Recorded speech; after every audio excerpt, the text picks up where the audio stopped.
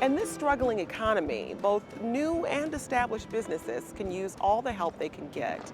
Taking a major step towards quickly connecting businesses with the technology and expertise they need, the University of Michigan has created a center that builds a bridge between the business community and the resources they're seeking.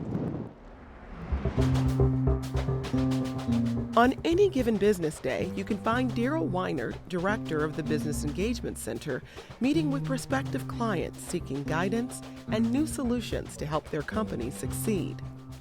The Business Engagement Center is a group of dedicated individuals who act as the liaison for companies both large and small seeking to connect with the University of Michigan's talent, research, and resources.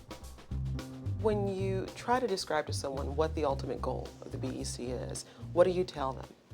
It's really to maximize the connections for the university to the business community on all fronts. This is from small business on up to the large Fortune 100 type enterprises. We've got quite a group of what might be sure things over here. Do we come down like that? One of the larger companies seeking the Business Engagement Center services is Ford Motor Company.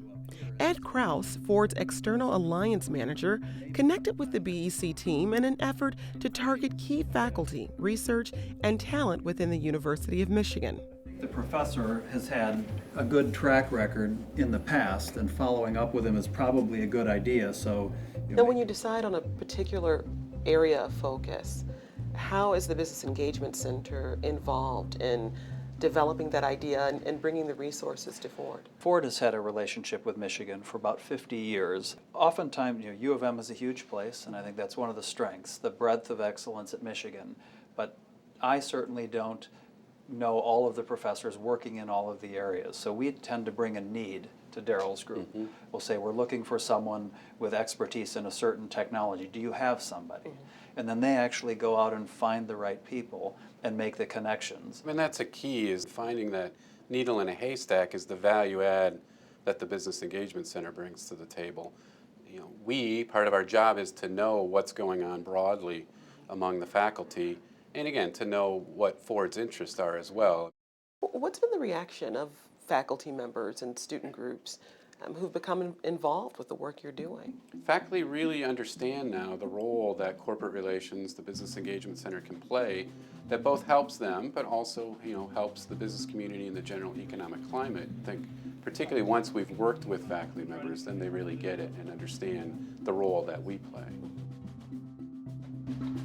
Tell me how the relationship between the Business Engagement Center, Computer Science and Engineering, the Ford Motor Company, what does that kind of relationship mean?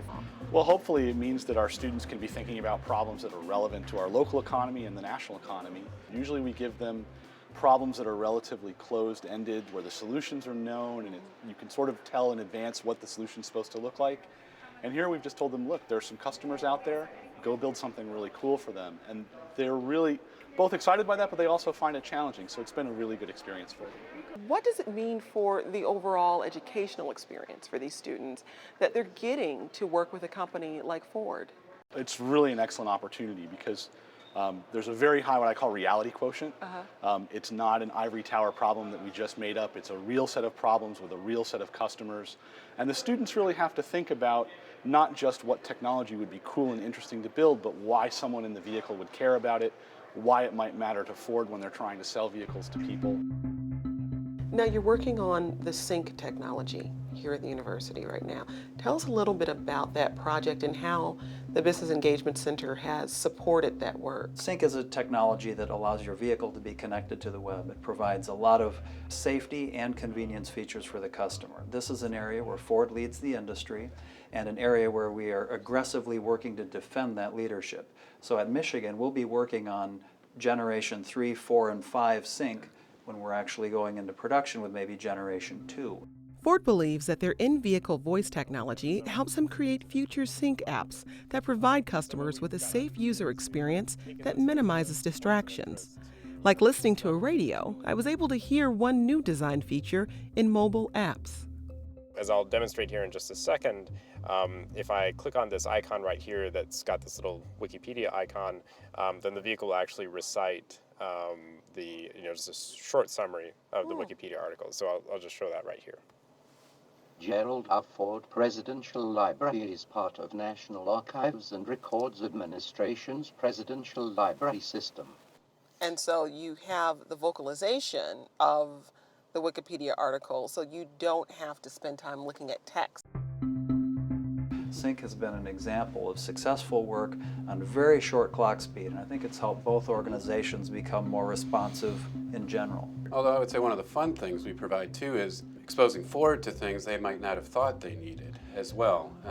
And those can be the particularly fun and fulfilling moments because, again, Ford has its roadmap of technologies, but sometimes as good as they are, they don't know everything. So.